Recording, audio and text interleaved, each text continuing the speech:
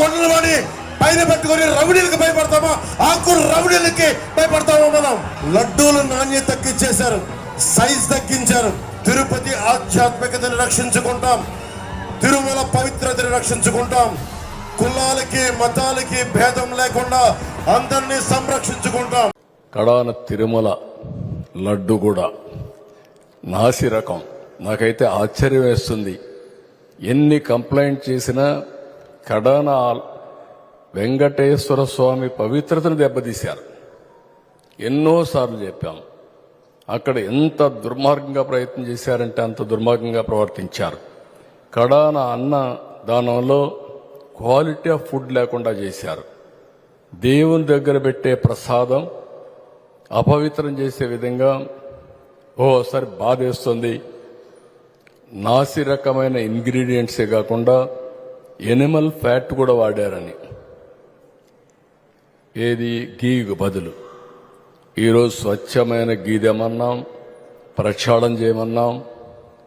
నాణ్యత పెరిగింది, ఇంకా కూడా నాణ్యత పెంచుతాం. అల్టిమేట్గా వెంకటేశ్వర స్వామి మన రాష్ట్రంలో ఉండడం మనందరి అదృష్టం. ప్రపంచం అంతా మన దగ్గరికి వచ్చే పరిస్థితికి వచ్చారు. అలాంటప్పుడు వెంకటేశ్వర స్వామి పవిత్రతను కాపాడుకోవాల్సిన బాధ్యత మనందరిపైన ఉంది. ఇది కూడా చేస్తామని చెప్పి కూడా నేను మీకు తెలియజేస్తున్నా.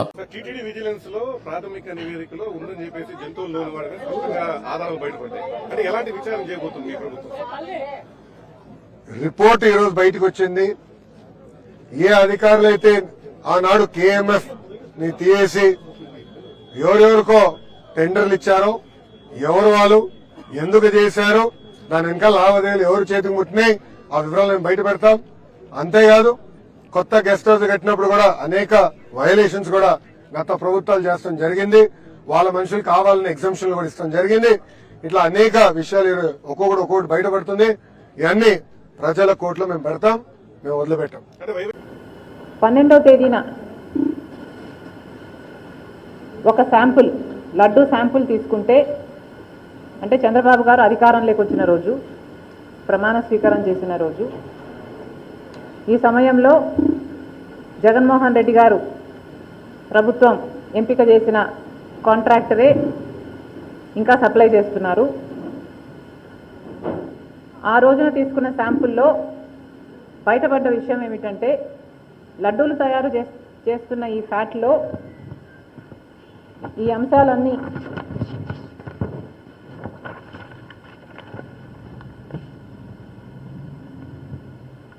ఇవన్నీ ఉన్నాయని, soybean, sunflower, olive, rape seed వీటితో పాటు బీఫ్ టాలో, ఫిష్ ఆయిల్ కూడా ఉన్నాయి.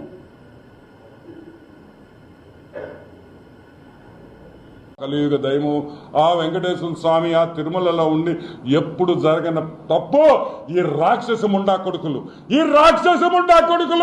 ఒరే ఏం చేశాడ్రా మా స్వామి, మిమ్మల్ని ఏం పాపం చేసేవరా? మీకు తినమన్నాం కదరా, తినండిరా.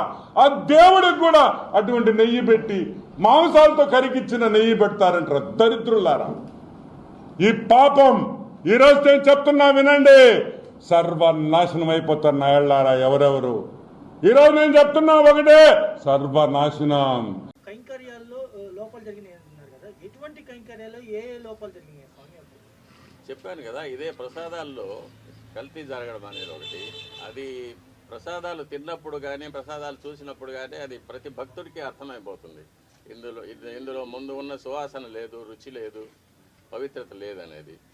అలాగే అన్నప్రసాదాల్లో కూడా ఈ కల్తీ నెయ్యి వాడి పొంగలు, చక్కెర పొంగలి, సీర మొదలైన వాటిలో కూడా ఇది కలిపి ఉన్నారు.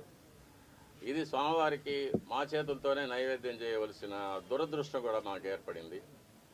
అది కాకుండా నైవేద్యాలు జరగడానికి స్వామివారికి ఏ ఏ వేళల్లో నైవేద్యాలు చేయాలనేది ఆగమ శాస్త్రం నిర్ణయిస్తుంది. దాని ప్రకారం కూడా ఒక్కొక్కసారి జరగడం లేదు.